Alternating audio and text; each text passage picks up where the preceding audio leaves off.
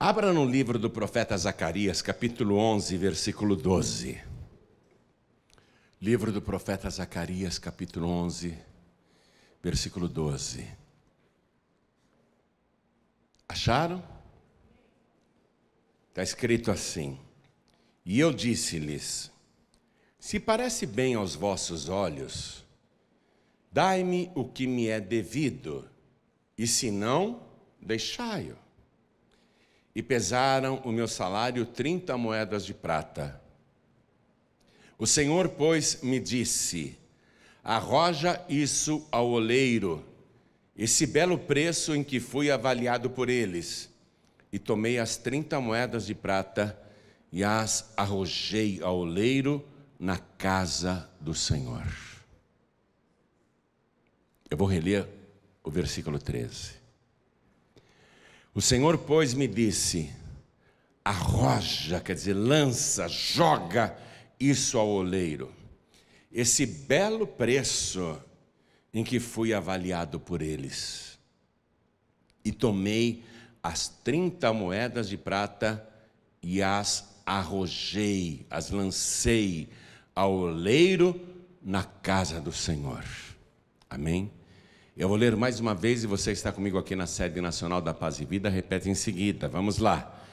O Senhor, bem alto, o Senhor, pois me disse: arroja isso ao oleiro, esse belo preço, esse belo preço, esse belo preço em que fui avaliado por eles, e tomei as 30 moedas de prata, e tomei as 30 moedas de prata, e tomei as 30 moedas de prata, e as arrojei ao oleiro na casa do Senhor, na casa do Senhor, na casa do Senhor. Meu Deus. Isso foi escrito 500 anos antes de Cristo. 5 séculos antes de Cristo. O Brasil é um país jovem, tem 500 anos. Imagine, 500 anos antes de Cristo, essa palavra escrita ali. Inspirada por Deus. Registrada pelo profeta Zacarias, contando com antecedência o que iria acontecer com o Senhor Jesus. O que eu fico impressionado com a Bíblia Sagrada é justamente esse diferencial de qualquer outro livro, que Deus entregou a sua palavra para a humanidade, e o próprio Deus zela para cumprir a sua palavra. Deus, o próprio Deus, tem um respeito enorme por tudo que está escrito aqui, que Ele inspirou que fosse escrito, e Ele cuida para que se cumpra do jeito que Ele inspirou. E me admira muito o próprio Senhor Jesus, quando estava aqui na terra, o Verbo encarnado, Ele, o próprio Deus, fazer pregações e pregações, dizendo: está escrito. Jesus sempre mencionava a palavra de Deus. E quando Ele orou sozinho lá no Getsemane, que eram os momentos que antecediam a sua prisão, Ele orou no capítulo 17, Jesus diz assim num determinado trecho da sua oração: Pai, aqueles que Tu me deste, eu os guardei enquanto estava no mundo. Eu os guardei. E nenhum deles se perdeu, a não ser o filho da perdição, para que a Escritura se cumprisse. Impressionante. Para que a Escritura se cumprisse. Essa Escritura. E outras partes também, que falam da história de Jesus com antecedência, e eu não consigo entender como que alguém pode preferir outro mediador ou medianeira, ou outra religião, sendo que tudo que Jesus fez foi único. Nunca ninguém jamais realizou as obras que ele realizou, ou pregou o que ele pregou, ou teve a vida totalmente conduzida pela Escritura. Uma história contada com antecedência em vários detalhes, com 1000 anos de antecedência. E eu vou mais além, eu vou lá no princípio, no Jardim do Éden. Ali Jesus já estava sendo anunciado. Só não entende quem não quer. Jesus falou para a serpente: eu vou colocar inimizade entre ti, serpente. A semente da mulher te ferirá a cabeça, e tu, serpente, lhe ferirás o calcanhar. Começa ali, logo no início. No início, contando tudo com antecedência. A semente da mulher é Jesus, o único homem que não tem a semente masculina, só a semente da mulher. Único em tudo.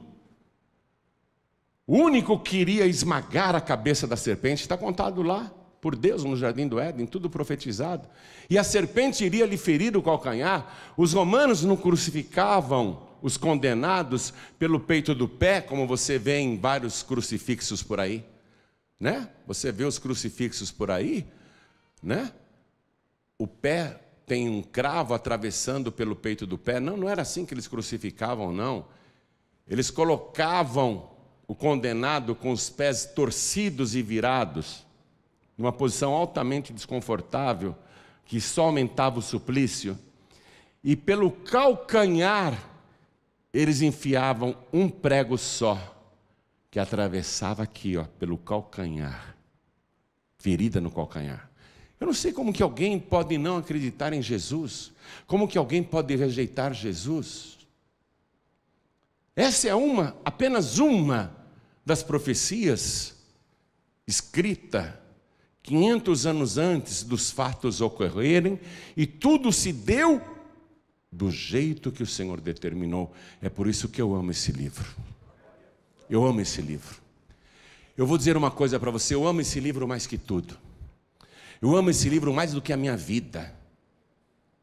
Eu amo esse livro mais do que qualquer outra coisa nesse planeta.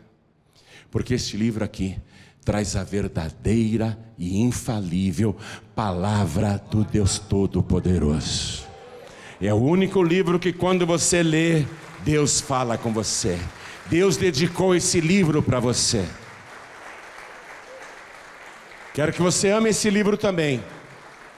Isso que eu acabei de ler para você. Versículo 12. E eu disse-lhes: se parece bem aos vossos olhos, dai-me o que me é devido, e se não, deixai-o. E pesaram o meu salário 30 moedas de prata. O Senhor, pois, me disse: arroja isso ao oleiro, esse belo preço em que fui avaliado por eles. E tomei as 30 moedas de prata e as arrojei ao oleiro na casa do Senhor. Incrível, incrível. Incrível, mas é verdade, está registrado. Não tem como alguém dizer: isso foi falsificado. É falsificado 500 anos antes de Cristo. Sabe, o clero judaico não libera essas escrituras para os judeus. Eles não liberam, eles liberam só a Torá, os 5 primeiros livros da Bíblia. Porque ali o cordeiro está mais oculto, mas ele está lá. Eles não querem que o povo fique conhecendo todos esses detalhes antecipados que estão nos livros de Salmos, nos livros de Gênesis, de Êxodo e assim por diante, até Malaquias. Então eles ficam só nos 5 primeiros livros. Tentam esconder Jesus, tentam ocultar Jesus. Mas ele é a luz do mundo. Como que se esconde uma luz que está acesa e continua acesa? Apagaram essa luz por 3 dias, mas ela voltou mais brilhante do que o sol do meio-dia. O seu rosto resplandece mais do que a luz do sol na sua hora mais forte. Ele é a luz do mundo. E toda pessoa que crê nele torna-se também a luz do mundo. Você começa a brilhar. Não com seu brilho próprio, porque nós não temos luz própria. Sabe como eu vejo assim, comparando? Por exemplo, a lua que você vê à noite, ela não tem luz própria, ela reflete a luz do sol, né? A lua não tem luz própria, ela não produz luz, ela reflete a luz do sol. Jesus é a luz do mundo. Ele é o sol da justiça. Mas ele disse: vós sois a luz do mundo. Mas nós somos a luz do mundo não porque nós produzimos luz própria. Por melhor que sejamos, por mais dedicados que sejamos, nós não temos luz própria. Se você olhar para mim, você vai ver que o meu rosto está resplandecendo, mas não é a minha luz, é a luz do nosso Senhor e Salvador Jesus Cristo. Você está resplandecendo, mas não é tua luz, é a luz de Jesus que reflete na tua face, no teu rosto, nos teus olhos, no teu corpo. Por isso que as pessoas olham para você e dizem assim: você tem uma coisa diferente que eu não sei o que é. Por causa disso, você reflete Jesus. Eu não sei como que alguém pode não acreditar em Jesus, ou seguir outra pessoa, ou preferir outra pessoa. Acaso Buda, Maomé fizeram os sinais que ele fez, os milagres que ele operou? Por acaso Buda, Maomé e qualquer outro ressuscitou algum morto? Ou mesmo algum deles ressuscitou? Não sei como que alguém pode preferir outro líder, outro salvador, outro mediador. Eu não sei como. Eu não sei como que alguém pode preferir um ídolo morto, uma estátua de barro, que não consegue nem andar sozinha, precisa ser carregada. Que tem mãos, mas não apalpam, tem boca, mas não fala, tem olhos, mas não vê. Eu não sei como que alguém pode preferir um ídolo. Não entendo. A humanidade caiu numa grande estupidez. A humanidade está em trevas. A humanidade está na escuridão.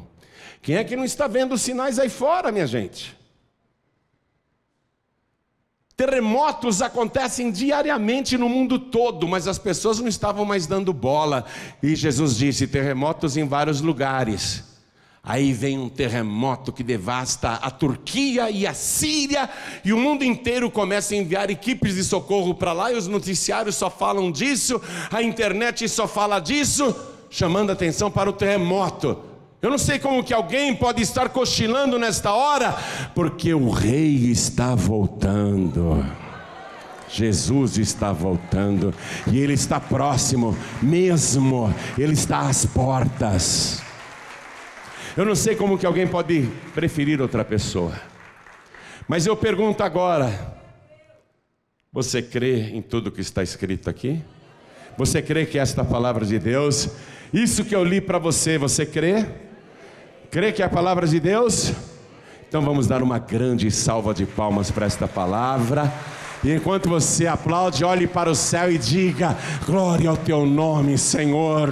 Que presente o Senhor ter nos dado a tua santa palavra, que se cumpre infalivelmente.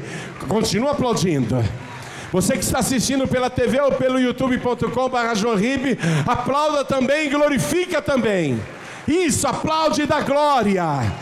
Pai bendito, em toda parte tem alguém te glorificando, em toda parte tem alguém te aplaudindo.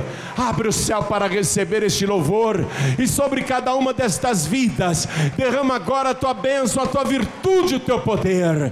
Pai, esse povo não quer ouvir homem algum, eles querem continuar ouvindo a tua voz, eles querem ouvir a tua palavra. Então vem e toma o lugar do pregador, tome a boca do mensageiro, retira tudo que se opõe à pregação da tua palavra, retira tudo que atrapalha, e envia a tua palavra com poder e autoridade, e que a tua palavra vá, percorra toda a terra e prospere naquilo para o qual está sendo enviada, em nome do Senhor Jesus. Diga amém, Jesus. Poder se assentar, por favor. Vamos voltar para Zacarias capítulo 11, versículo 12. E eu disse-lhes: se parece bem aos vossos olhos, dai-me o que me é devido, e se não, deixai-o. Foi isso que Judas Iscariotes disse para o sumo sacerdote Caifás, Anás e para outros membros do Sinédrio, lá na casa do Senhor, em Jerusalém. Vocês querem Jesus? Eu tenho como entregá-lo. E se eu entregá-lo, o que vocês vão me dar de pagamento? Judas não chegou ali dizendo: eu quero 30 moedas, viu? Judas não chegou dizendo: eu quero tanto para entregar Jesus. Ele chegou perguntando: o que vocês querem me dar para eu entregá-lo? Se não, deixai, ele vai continuar solto aí. Eu sou a chance de vocês prendê-lo. Se vocês não aproveitarem comigo, deixai-o, ele vai ficar solto aí. Preste atenção. 500 anos antes de Judas falar, aliás, Judas não era nem nascido. 500 anos antes de tudo acontecer, o Verbo encarnado também não tinha vindo ainda, mas a história estava aqui 5 séculos antes. Se parece bem aos vossos olhos, dai-me o que me é devido, e se não, deixai-o. E pesaram o meu salário 30 moedas de prata. Quer dizer, na verdade, pesaram o meu pagamento. Eles que pesaram. Eles fizeram uma reunião ali. O que nós podemos dar para Judas, hein? 30 moedas de prata. 30 moedas de prata, que era o ciclo do templo. Atenção, na casa do Senhor não circulava dinheiro romano, nem dinheiro grego. Era ciclo do santuário. Então eles pesaram 30 ciclos, 30 moedas de prata. Aí a profecia continua dizendo no versículo 13. O Senhor, pois, me disse: arroja isso ao oleiro. Olha, até parece uma coisa sem sentido. Como é que vem falar de oleiro num texto desse? O que oleiro tem que ver com isso? Arroja isso ao oleiro. Então vai entrar um oleiro na história. Esse belo preço em que fui avaliado por eles. Eles que avaliaram 30 moedas. Esse belo preço em que fui avaliados por ele. Eu repito, Judas não chegou ali dizendo: eu quero 30 moedas de prata para entregar Jesus. Eles que avaliaram, fizeram ali um conselho e pesaram 30 moedas de prata. E aqui o próprio Deus ironiza esse belo preço. Esse belo preço que eu fui avaliado por eles. Olha por quanto eles avaliaram o dono da prata e do ouro. Olha por quanto eles avaliaram o Criador de tudo que há, visível e invisível. O dono de todas as coisas, o dono de todos os tesouros, o dono de todos os rebanhos e de todas as criaturas, tanto na terra como no mar e no ar. O possuidor de todas as árvores, de todas as lavouras, de todos os campos, de todas as terras. O possuidor de tudo. Olha que belo preço. Que belo preço que me avaliaram. O Senhor, pois, me disse: arroja isso ao oleiro, esse belo preço em que fui avaliado por eles. Esse belo preço, você sabe o que era? Por que Deus está ironizando? Esse foi o preço que deram para Jesus, pela vida de Jesus. O belo preço que deram por ele. Porque naquela época, havia escravidão. Pessoas eram negociadas como mercadorias. E o preço de um escravo, se você quisesse comprar um escravo, você compraria um escravo ou uma escrava por 30 moedas de prata. Se um homem criasse boi, e o boi era escorneador, era um boi feroz, violento, e esse boi atravessou ali a propriedade, atacou o escravo do vizinho. O boi atacou e matou o escravo de um vizinho, da outra propriedade. A palavra de Deus dizia assim: o dono do boi vai indenizar o dono do escravo e vai pagar pela vida daquele escravo que o boi matou, vai pagar 30 moedas de prata. Esse era o preço.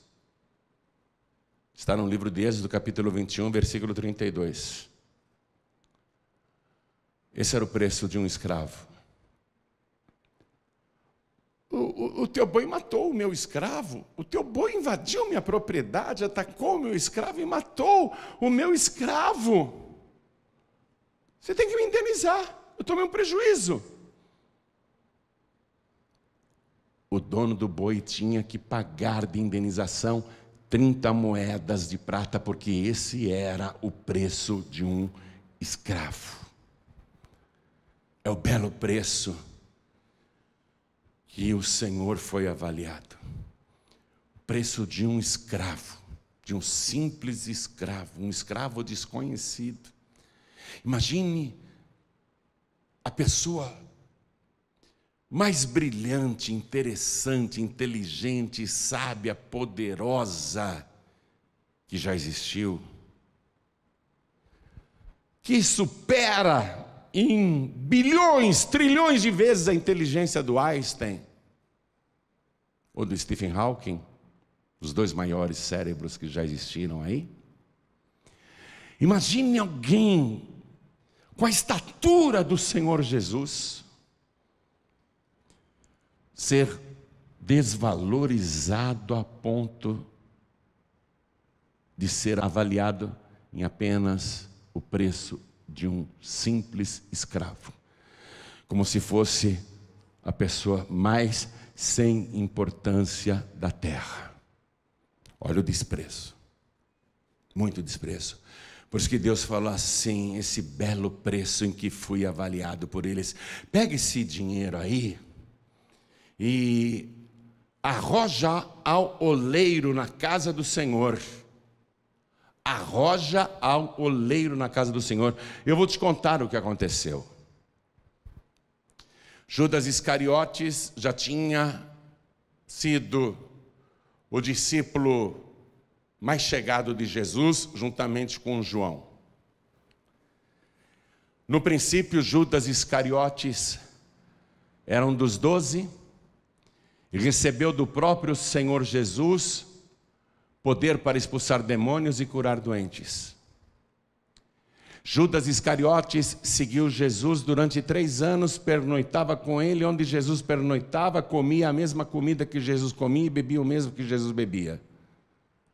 Ouviu todas as pregações de Jesus e presenciou todos os milagres. Judas era dos 12 o mais culto dos discípulos, porque os outros 11 eram galileus, semi-analfabetos, pobres, miseráveis, pescadores rudes, mas Judas Iscariotes não, ele era de Judá, ele não era da Galileia, ele era do território de Judá, o território onde fica Jerusalém, o mais culto, o mais preparado, tanto que ele assume a tesouraria do ministério de Jesus, por ser o mais culto, o mais falante, o mais brilhante, o mais preparado. É ele que vai tomar conta da bolsa onde as pessoas colocavam as ofertas para o grupo. E ali começou a sua queda. Porque Judas Iscariotes, preste atenção nisso, era o mais político de todos os discípulos de Jesus. Dos 12 crentes que Jesus tinha, Judas era o crente mais politizado, que mais combatia os romanos, que mais se envolvia nas questões sociais, que mais criticava o Império Romano, e que queria ver os romanos expulsos, e ele queria que Jesus fosse o Messias militar, o Messias libertador, que expulsasse os invasores romanos. Judas era o mais político dos 12 crentes. Se envolvia com política. O que interessava para ele era a questão política agora. O que está acontecendo em Israel? Nós não podemos aceitar essa exploração dos romanos, os impostos que César cobra. Mas seguindo Jesus durante 3 anos, ele começou a perceber e finalmente se convenceu que Jesus, apesar de ressuscitar mortos, apesar de curar leprosos, expulsar demônios, andar sobre as águas, transformar também água em vinho, multiplicar pães e peixes em 2 ocasiões, realizar pescas maravilhosas, acalmar tempestades, aquietar o mar, apesar de Jesus curar cegos, paralíticos, mancos, ressecados, aleijados e falar coisas que nunca ninguém tinha falado, não havia na sua pregação nenhum traço político. Não havia na pregação de Jesus nenhum combate político, nenhuma crítica política. Na vez que o provocaram, e o provocaram justamente que Judas mais amava dinheiro. Judas amava a política e amava o poder e amava o dinheiro, e foram provocar Jesus dizendo: olha, é lícito pagar o imposto a César? Jesus disse: deixa eu ver essa moeda, me mostra aí. De quem é essa figura na moeda? De César. Jesus disse: então dai a César o que é de César e dai a Deus o que é de Deus. Judas chegou à conclusão que Jesus não queria nada com a política, nada com as coisas desse mundo. Quando Herodes, o patife Herodes, por causa da dança da Salomé, decapitou o primo de Jesus, mandando cortar a cabeça de João Batista, que já estava preso, e avisaram Jesus, o Senhor não fez nenhum discurso inflamado contra a política da época, ou contra o rei Herodes, ele simplesmente se retirou. O Judas pensou: esse Jesus não se revolta com nada, não se importa com as coisas desse mundo, ele não é o Messias que nós estamos esperando. E Judas começou então a desviar o dinheiro da tesouraria. Começou a roubar as ofertas que eram lançadas ali para o sustento do grupo. Ele amava o poder, ele amava a política e ele amava o dinheiro. E cada vez foi amando menos Jesus. Se envolveu de uma tal maneira com as coisas deste mundo e com as questões desta vida, que ele já não pensava na parte espiritual, e Satanás, vendo esse comportamento, se aproveitou disso, e foi enchendo o coração de Judas Iscariotes. Vá comigo no Evangelho de João, capítulo 13.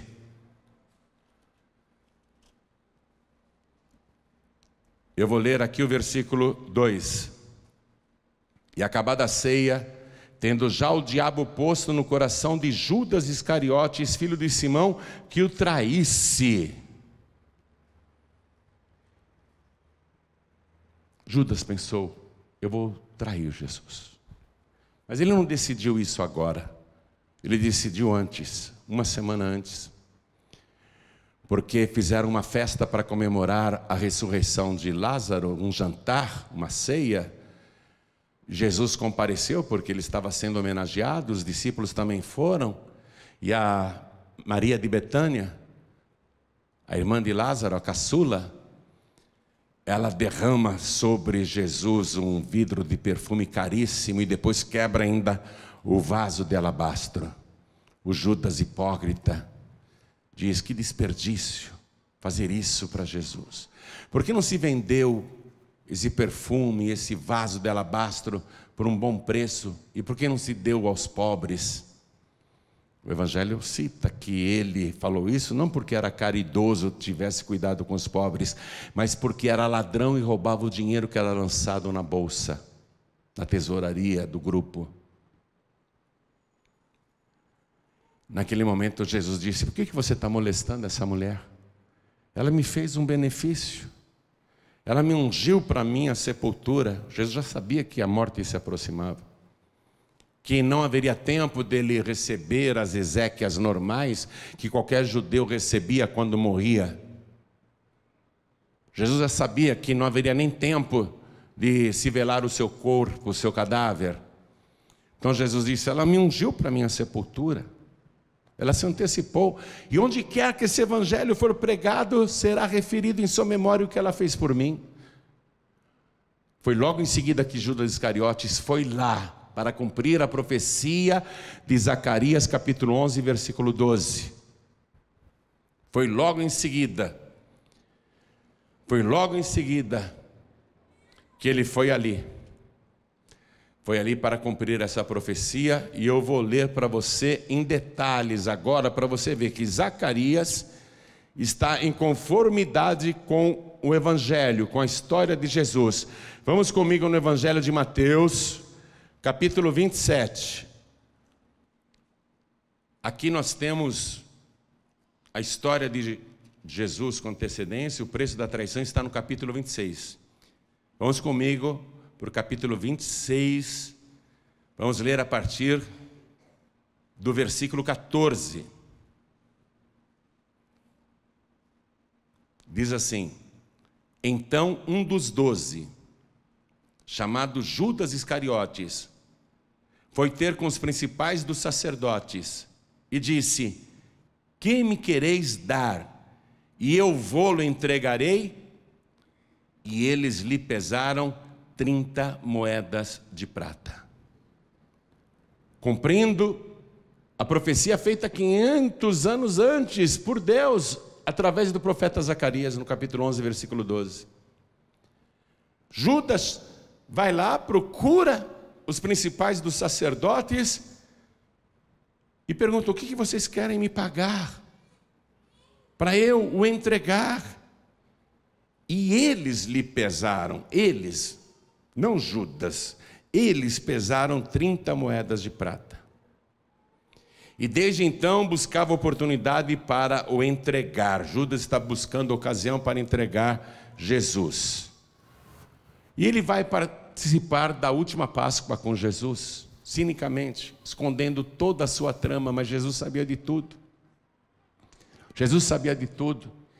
E Jesus diz na última Páscoa: um de vós há de me trair. Ele não citou que era Judas, mas ele sabia que era Judas. Ele não quis envergonhar o Judas. Ele não quis que os discípulos batessem em Judas. Um de vós há de me trair. E todo mundo ficou atônito. Aquela é a última noite de vida de Jesus.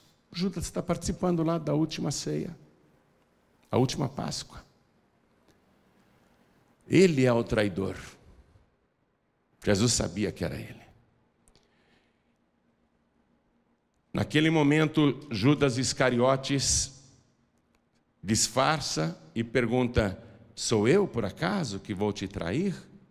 E Jesus diz: tu o disseste. E Jesus faz uma profecia no capítulo 26, versículo 24. Em verdade, o Filho do Homem vai, como acerca dele está escrito. Veja, como acerca dele está escrito. Deus cumpre a Escritura. Mas ai daquele homem por quem o Filho do Homem é traído. Bom seria para esse homem se não houvera nascido. E respondendo Judas, o que o traía, disse: porventura sou eu, Rabi? Ele disse: tu o disseste. Judas está lá na mesa. Quando Jesus comentou essas coisas, ele se levanta e vai lavar os pés de todos, inclusive de Judas Iscariotes.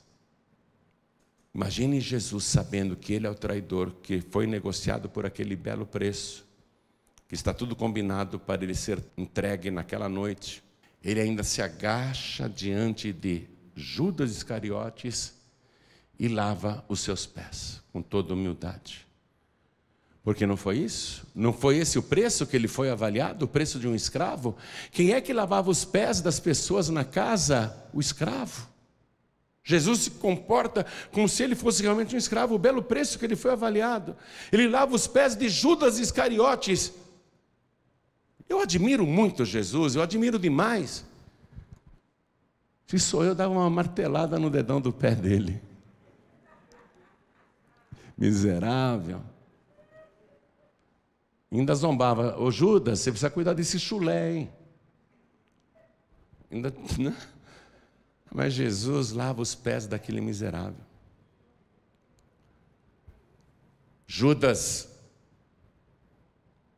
está na mesa, tudo está acontecendo, ele se porta cinicamente, e eu vou com você agora no Evangelho de João, capítulo 13, versículo 21. Tendo Jesus dito isso, turbou-se em espírito e afirmou, dizendo: na verdade vos digo que um de vós me há de trair. E então os discípulos olhavam uns para os outros, sem saberem de quem ele falava. Ora, um de seus discípulos, aquele a quem Jesus amava, quer dizer, o João, estava reclinado no seio de Jesus, do lado direito de Jesus. Então Simão Pedro fez sinal a este para que perguntasse quem era aquele de quem ele falava. E inclinando-se ele sobre o peito de Jesus, disse-lhe: quem é, Senhor? O João perguntou. Jesus respondeu: é aquele a quem eu der o bocado molhado. E molhando o bocado, o deu a Judas Iscariotes, filho de Simão. E após o bocado, entrou nele Satanás. Disse, pois, Jesus: o que fazes, faze-o depressa. Versículo 30. E tendo Judas tomado o bocado, saiu logo, e já era noite. Aí Jesus vai celebrar a Santa Ceia com os 11. Judas não participa, não. Quem é, Senhor, que está te traindo? É aquele que mete comigo a mão no prato. No exato momento em que Judas foi pegar o bocado, Jesus também colocou a mão no prato. Os dois simultaneamente, sem terem combinado nada, a não ser a palavra de Deus, que já tinha previsto isso. Judas foi o único discípulo que tomou a Páscoa, não foi a Santa Ceia, a Páscoa, com o pão molhado no cálice.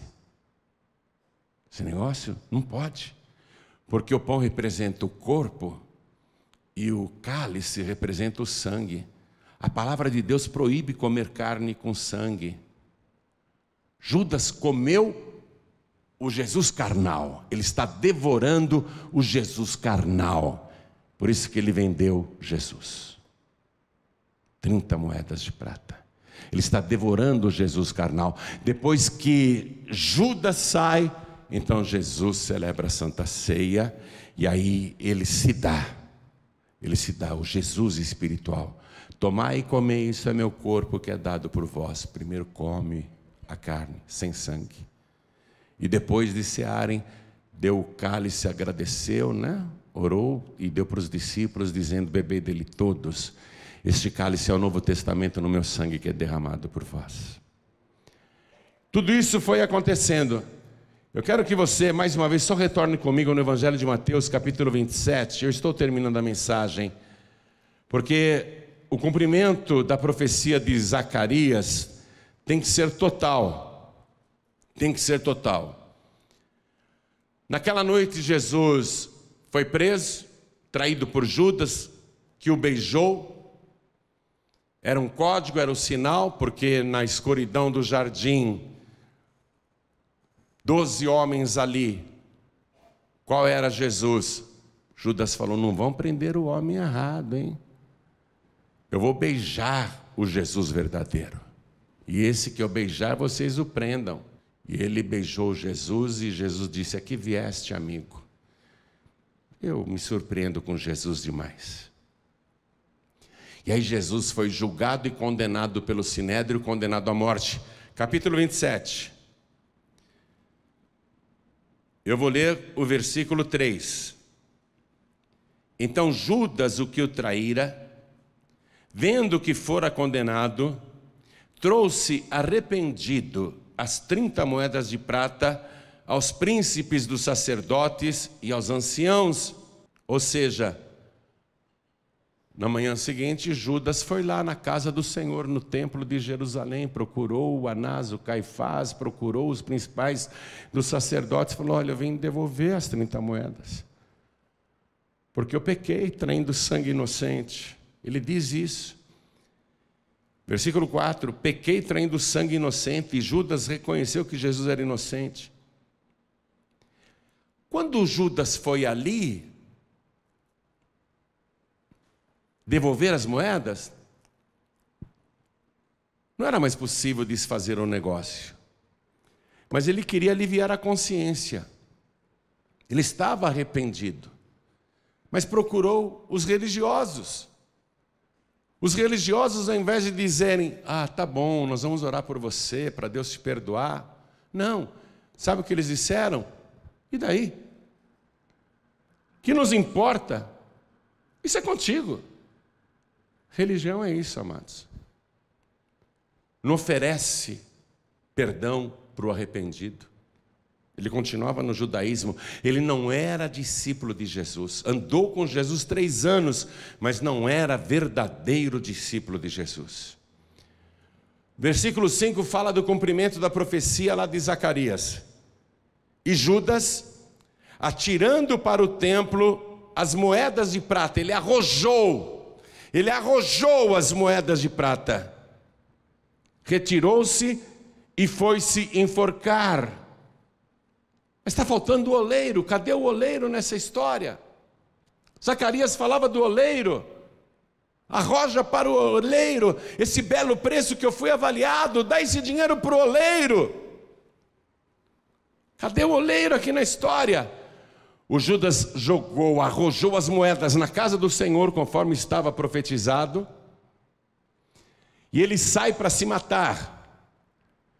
Os sacerdotes pegam as moedas de prata e falam: nós não podemos colocar na arca da oferta, porque isso é preço de sangue. O que nós vamos fazer com essas moedas? Eles fizeram lá um conselho, uma reunião. Continua no capítulo 27, e eu vou ler o versículo 6 em diante. E os príncipes dos sacerdotes, tomando as moedas de prata, disseram: não é lícito metê-las no cofre das ofertas, porque são preço de sangue. E tendo deliberado em conselho, eles se reuniram ali: o que nós vamos fazer com essas 30 moedas? Compraram com elas o campo de um oleiro, para a sepultura dos estrangeiros. Era preço de sangue e preço de morte. E aquele dinheiro serviu para comprar um terreno e transformá-lo em cemitério. Religião é isso. Isso é religião. E aqui entrou o oleiro na história. Versículo 8 diz assim: por isso foi chamado aquele campo até o dia de hoje campo de sangue. No que diz respeito a Jesus Cristo, todas as profecias se cumpriram, inclusive o suicídio de Judas, a morte de Judas. Judas poderia ter sido o mais brilhante de todos os 12 discípulos de Jesus. Ele poderia ter sido o maior mestre, o líder de todos, mais importante do que Pedro, mais importante do que João. Recebeu tudo, tinha cultura, tinha estudos. era privilegiado, o único que não era galileu. Judas, na boa época, no princípio, expulsava demônios, curava doentes, até pregava, mas desviou-se totalmente. E não vendeu apenas o Salvador por 30 moedas. Ele vendeu a própria salvação. Ele trocou a vida pela morte. Para isso serviram as 30 moedas, para comprar o campo do oleiro que foi transformado num cemitério. Ele trocou a vida pela morte. No arrependimento, ele deveria ter ido para o Monte Calvário e não para o templo. Mas tinha que cumprir a Escritura. A história já estava contada com 500 anos de antecedência. Ele tinha que arrojar as 30 moedas na casa do Senhor, e as 30 moedas teriam de ser dadas para o oleiro, para que fosse criado ali um cemitério. O próprio Judas se enforca, se arrebenta, foi horrível. O livro de Atos dos Apóstolos diz que ele foi ali onde ficava o lixão de Jerusalém, onde o lixo queimava dia e noite, o vale de Inom, que no passado foi usado para sacrificar crianças aos ídolos. Judas foi ali, amarrou a corda numa árvore, pôs a corda no pescoço e literalmente jogou a vida dele no lixo, mergulhou lá no lixão. A palavra diz que o corpo dele se partiu ao meio e suas entranhas se romperam. E foi um espetáculo horrível de se ver. Jesus disse: melhor seria para tal homem se ele não houvesse nascido. O problema não é só Judas ter se matado. O problema é que já tem mais de 2000 anos que Judas está queimando no Hades, lamentando tudo que jogou fora, tudo que ele perdeu. Por que eu fui me interessar pelo reino dos homens, pela política, ao invés de me interessar pelo reino de Deus? Por que eu fui me apegar ao dinheiro, se a maior riqueza estava ali? Se eu possuísse Jesus, eu ia possuir tudo, inclusive a vida eterna, a felicidade eterna. E ele está naquele lugar de tormento, onde ele não tem paz em nenhum momento. O problema não foi só ele ter se matado, não. Ele está lá, até hoje. Porque o arrependimento dele não foi na direção certa. Ele procurou a religião. Ele, arrependido, procurou a religião, e a religião disse: não temos nada com isso é problema seu, o que nos importa? Se ele tivesse ido para o Calvário, se ele tivesse chorado ali, ele podia dizer: Jesus, na verdade, eu não queria que o Senhor fosse morto, eu queria só que o Senhor fosse preso, eu só queria o dinheiro, mas como me arrependo, eu já devolvi o dinheiro lá, Ao invés de ele procurar o madeiro no Calvário, ele procurou o madeiro lá no lixão de Jerusalém. Jogou a vida fora. Teve todas as oportunidades. E quando a gente, preste atenção nisso, você que está ouvindo essa palavra, quando a gente prefere as coisas desse mundo aí fora, os prazeres desta vida, os benefícios que este mundo oferece, seja poder, fama, dinheiro, prazeres. Quando a gente troca o que é eterno por aquilo que é temporário, nós estamos fazendo o pior negócio da nossa vida. Jesus até contou a parábola do tesouro escondido. Ele falou: o reino dos céus é semelhante a um homem que acha num campo um tesouro escondido, e ele guarda aquilo em segredo, e ele vai e vende tudo quanto tem e compra aquele campo, não por causa do campo, mas por causa do tesouro que está no campo. O reino dos céus é isso, é o tesouro. Judas achou que o tesouro eram as 30 moedas de prata. Judas achou que aquilo sim era tesouro, mas o tesouro foi o que ele vendeu, não o que ele comprou. Foi o que ele vendeu. Quando você não consegue entender essas coisas e se deslumbra com a política, com a economia, com o dinheiro, com os prazeres, com as baladas, com os vícios, com esta vida, tendo a oportunidade, como está tendo agora, atenção, Judas Iscariotes teve a oportunidade, mas você também está tendo, você também está ouvindo a palavra, você está tendo a mesma oportunidade que Judas. O que você vai fazer com Jesus? Vai vender Jesus por qualquer preço? Vai desprezá-lo como se ele não tivesse qualquer importância? Ou você vai abraçá-lo e possuí-lo? A escolha sempre é nossa. Não pense que Deus falou, agora Judas você vai se enforcar. Não, Deus não mandou ele se enforcar, ele foi e se matou. A palavra já estava revelada. O mau caráter dele, o arrependimento errado, a direção errada do seu arrependimento. Você está arrependido, arrependida, mas está procurando em quem a tua absolvição? Em quem você está procurando o teu perdão? Só existe um.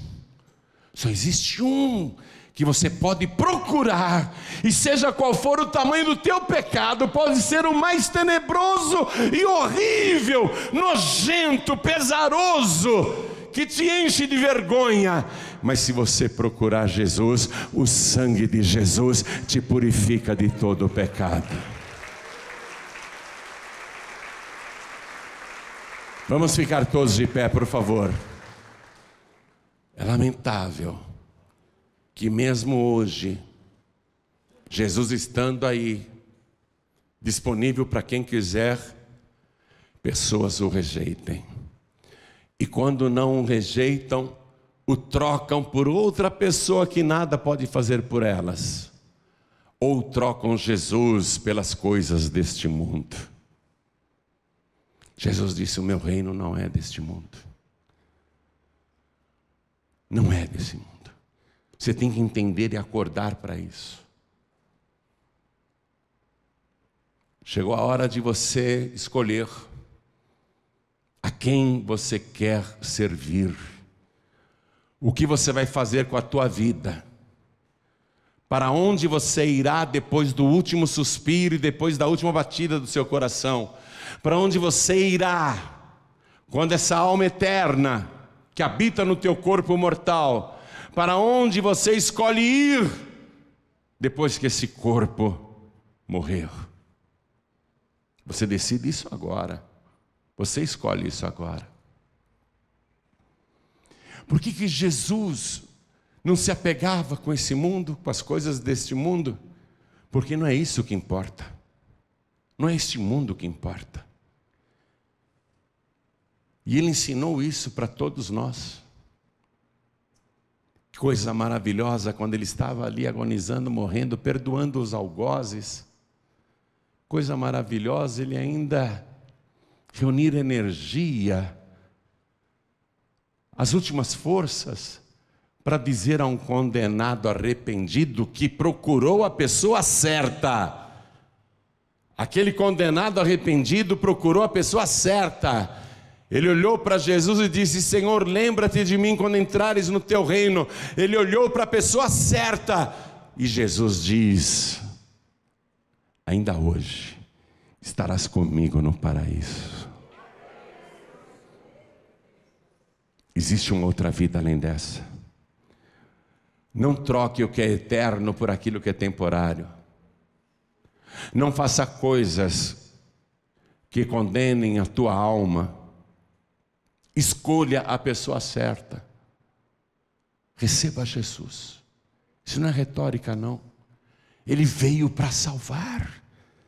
Ele veio a este mundo para salvar. É claro que Ele cura doentes, liberta oprimidos do diabo, liberta os viciados, faz prosperar, dá mais do que o pão de cada dia. É claro que Ele dá vida abençoada para quem o busca. É claro que sim, mas Ele não veio para isso só.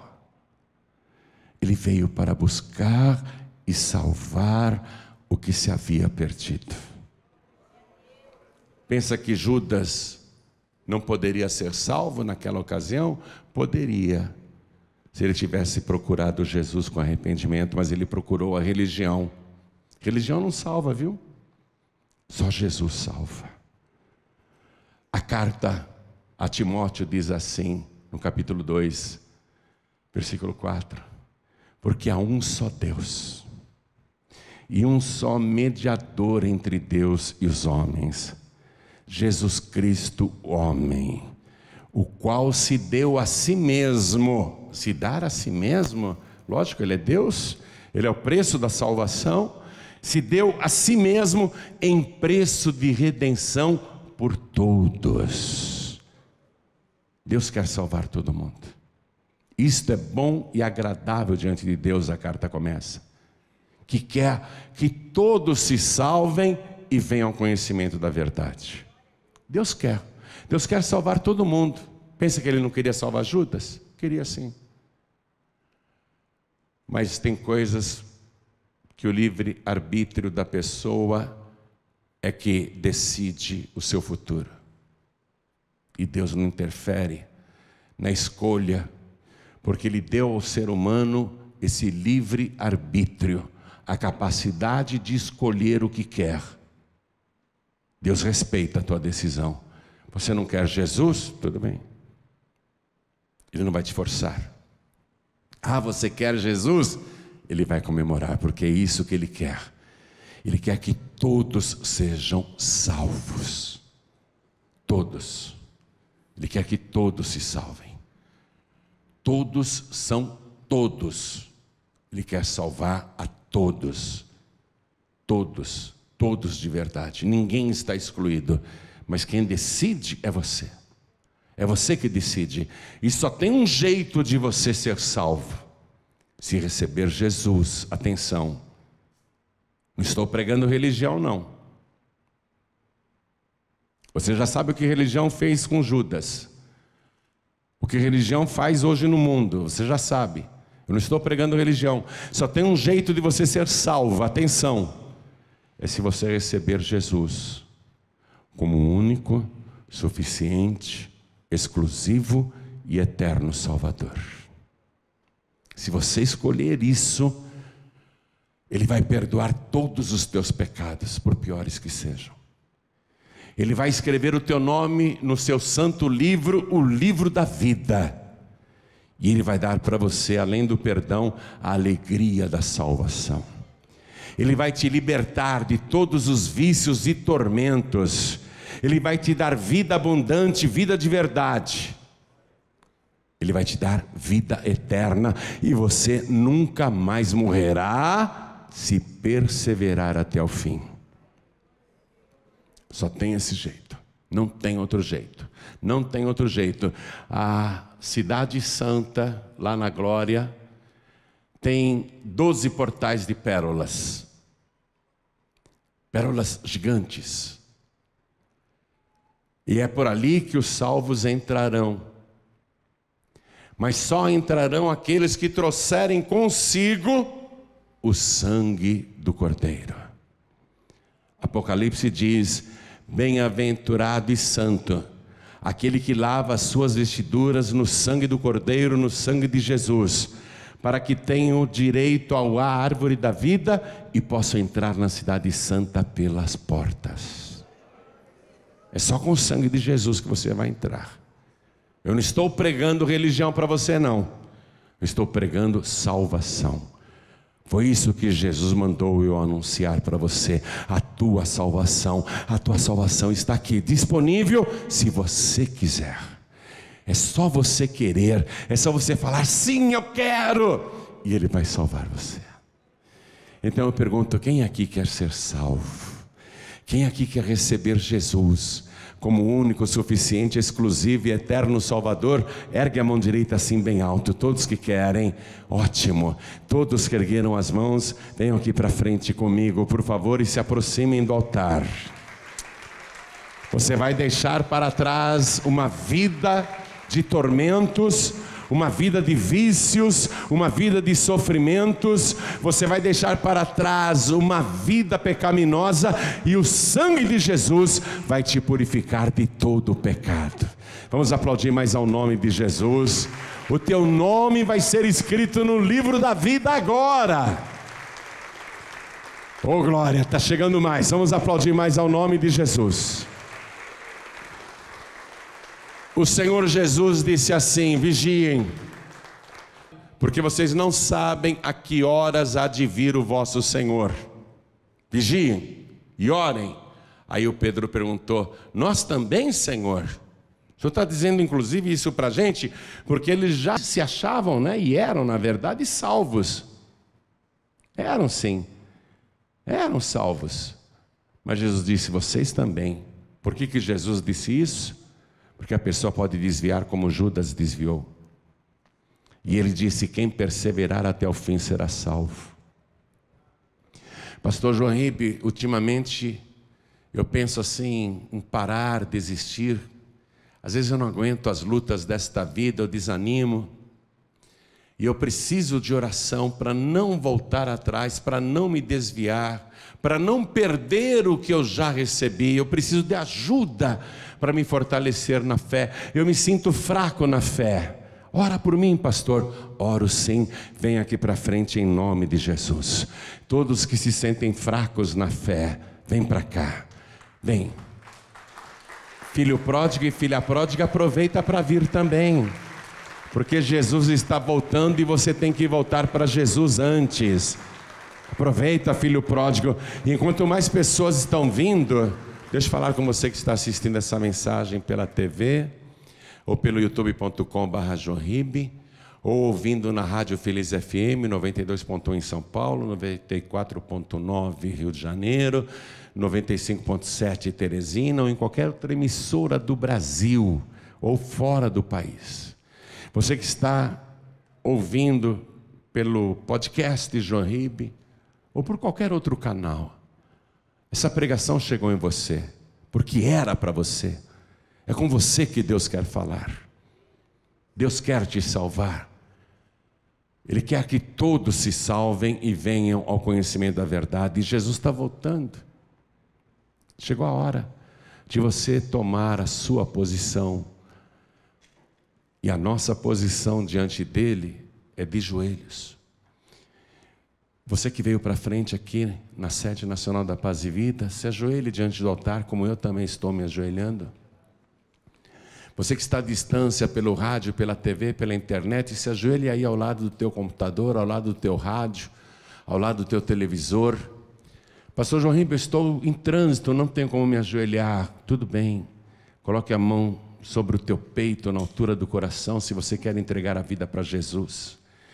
E cada pessoa que está se entregando para Jesus, que está querendo a purificação dos pecados, cada pessoa que está querendo a renovação da fé, o fortalecimento da fé, cada pessoa agora que está com a mão sobre o peito, ore assim comigo: meu Deus e meu Pai, a tua palavra é maravilhosa e eu a respeito e fico admirado que o Senhor mesmo cumpre a Escritura e respeita a palavra, porque o Senhor é a palavra. E o Senhor disse: passarão os céus e a terra, mas as minhas palavras não hão de passar. Esta palavra eterna veio ao meu coração, e com arrependimento eu te peço perdão. Perdoa, Senhor, os meus pecados, as minhas iniquidades. Eu quero que o Senhor, pelo sangue de Jesus, me purifique agora de toda a iniquidade, de toda a maldade, e retira do meu corpo, da minha alma, do meu espírito, tudo que não presta, tudo que não te agrada, e me dá agora, Senhor, junto com o perdão, a alegria da minha salvação, porque eu declaro que o Senhor Jesus é o meu único, suficiente, exclusivo e eterno Salvador para todos sempre. Amém. Continua assim em espírito. Pastor Giancarlo Palharim vai fazer esta oração agora por você. E ore também, meu filho, por todos que estão à distância. Senhor, meu Deus, meu Pai, Pai querido e Deus amado, olha essas vidas, Senhor, que não estão desvalorizando o Teu sangue e que não estão maculando ali o Seu sacrifício. Meu Deus, estas vidas sabem o quão precioso é o Teu sangue, o único sangue que pode nos lavar, nos remir e nos justificar. O sangue que leva os nossos pecados para longe dos Teus olhos, ó Deus. Então leva todo o pecado, lava com o sangue do Teu Filho Jesus Cristo. Tira da Tua presença o pecado, o passado. Tira da Tua presença o vício. Tira da Tua presença todo o mal que há nesta vida agora, meu Deus. Vai transformando pensamentos, sentimentos, necessidades e até os prazeres, meu Deus. Que estas pessoas agora passam a ter prazer em Te buscar e em Te servir. Que estas pessoas agora comecem um novo tempo, uma nova fase. Divida agora esta história, a história desta pessoa em antes e depois de Jesus Cristo. Assim como é o calendário, faça um marco agora, meu Deus. Esta vida começa de novo e agora com a Sua ajuda. Meu Deus, escreve e confirma o nome de cada uma delas no Teu santo livro, o livro da vida do Cordeiro. Meu Deus, que cada uma destas vidas tenham também o Espírito Santo para confortar, para que possam suportar qualquer dificuldade e vencer qualquer luta. Pai querido, confirma a vida eterna, dá certeza da salvação desta alma. Transforma cada um destes homens e mulheres em Teus filhos, em reis e sacerdotes, em nome do Senhor Jesus. Assim seja feito. Amém, Jesus.